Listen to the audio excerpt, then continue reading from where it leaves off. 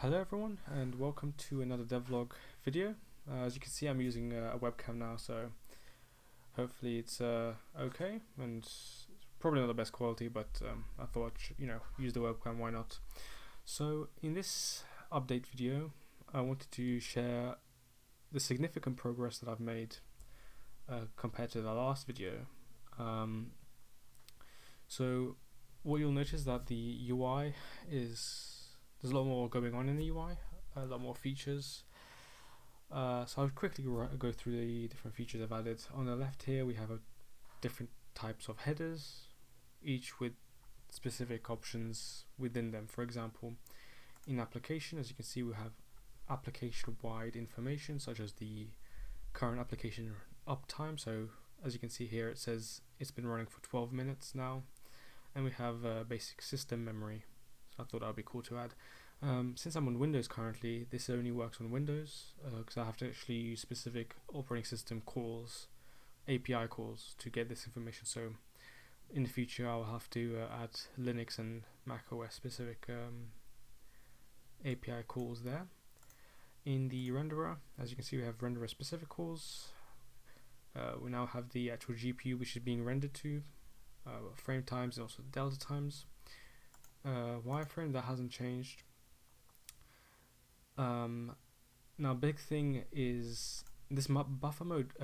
This buffer mode doesn't actually work at the moment, but in the future it will. What does work is this render mode, because I've changed to a deferred rendering pipeline rather than before I was using forward rendering, which essentially meant that every object would get rendered directly, and every object would have to be recalculated in terms of lighting, and so that was not very efficient. So what I'm doing now is drawing all geometry onto a single pass called the geometry pass, and then all that basically there's different layers, different frame buffers for different types of information. For example, for positions, you will see here we have color information, specular, position, normal, and depth, and each of these are in a separate texture, which then get combined in the second pass, which is lighting. So if I click on, for example, color, you'll see that only color is being shown, right?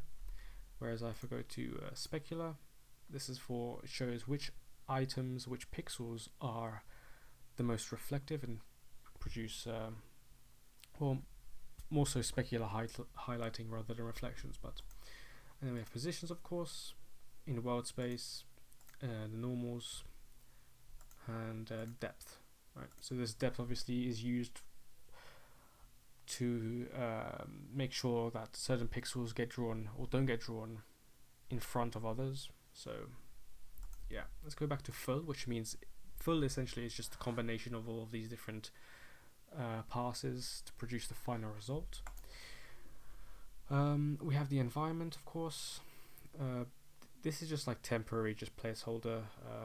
Temperature, wind speed, they don't actually do anything. We have ambient lighting, as you can see, which changes. Don't think specular strength does anything, because the specular strength is entirely based on the specular map, which each object has to have. Alright, so we have the shininess, that does change it.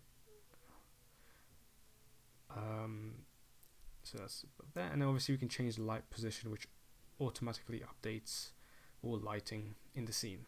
You will notice how the skybox, this entire scene that we're in, has like a dark side and a bright side.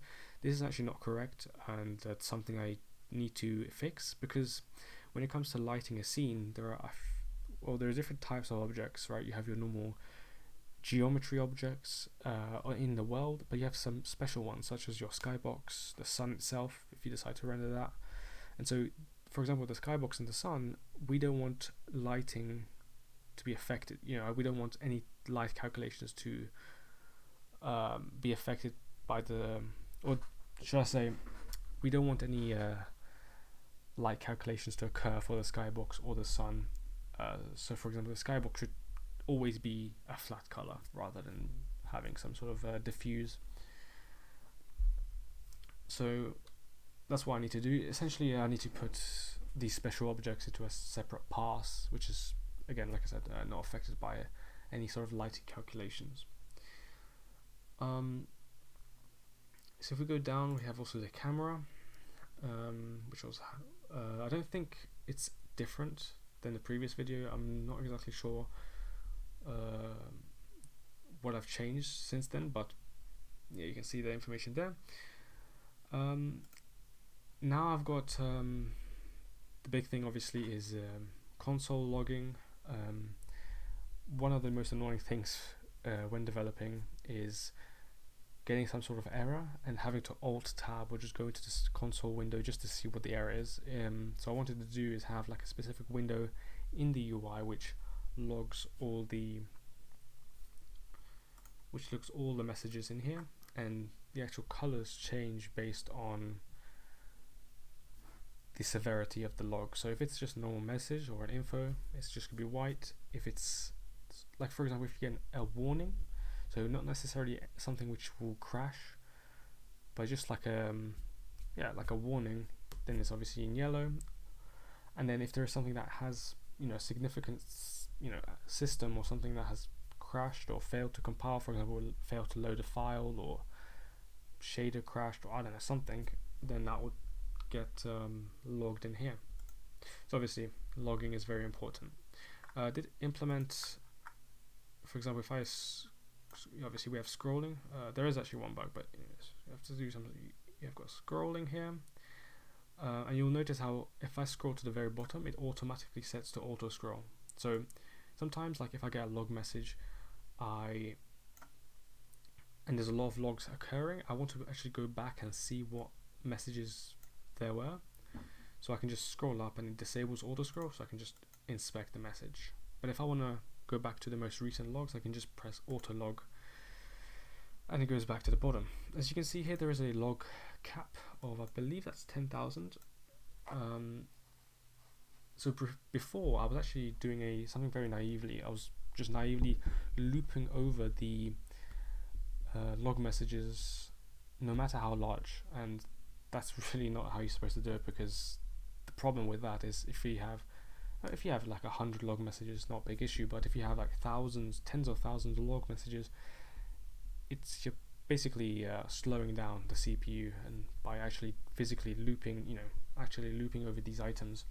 Instead, what I've added is basically IMGUI has a built-in clipper system. So what happens is that it only loops over the items which are currently visible, right? So you pass in the size of the log, and it calculates based on certain calculations based on the height and various offsets. So it knows which starting index to be at and what's the ending ending index. Sorry. So yeah, we can also clear these messages if we want to, and I want to add the ability to export to a text file if that's what I want to do in the future. So definitely very helpful here. And then the most recent changes I've been adding is on the right panel here on the object.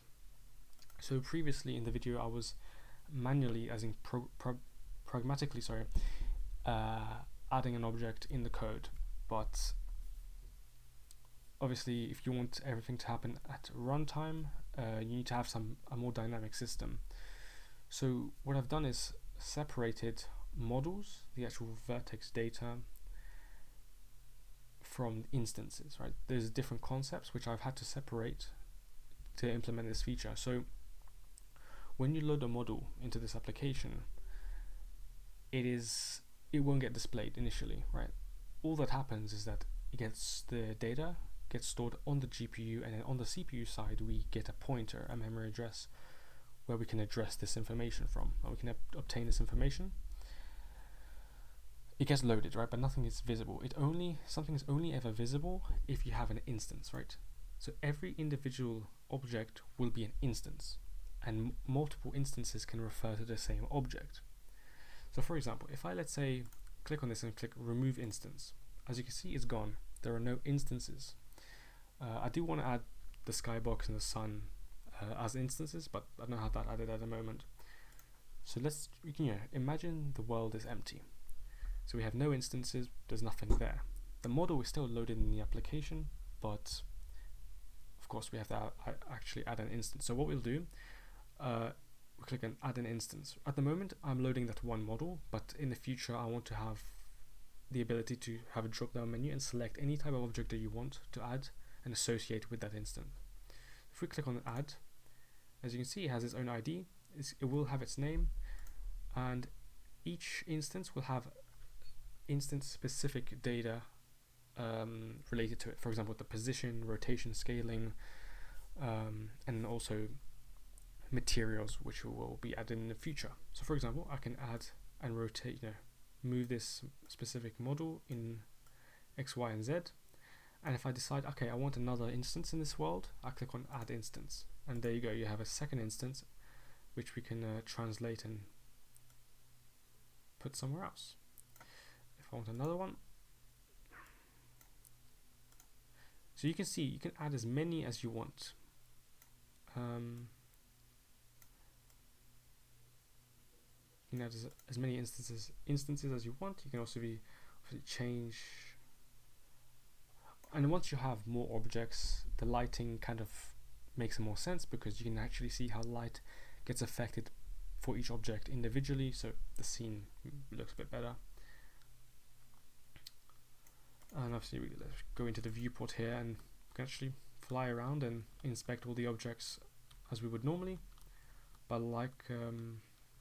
unlike last time where you could only have one object per instance, we can now have multiple instances per object. So I think I believe I saw my last upload, which was 2 weeks ago, so I'll be honest, it doesn't feel like 2 weeks ago, it felt like forever, but in the last 2 weeks a lot of progress has been made, and I feel like I'm quite happy with the progress I've been making. And obviously there's a lot more stuff to add, like I said. I've got a couple of settings. You can change obviously a theme. There's some about information, but it's not too I want to be able to obviously have load models. Exporting a model, just have a basic here.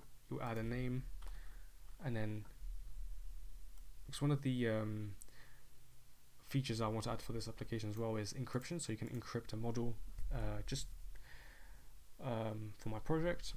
And yeah, that's pretty much what I wanted to show this time round.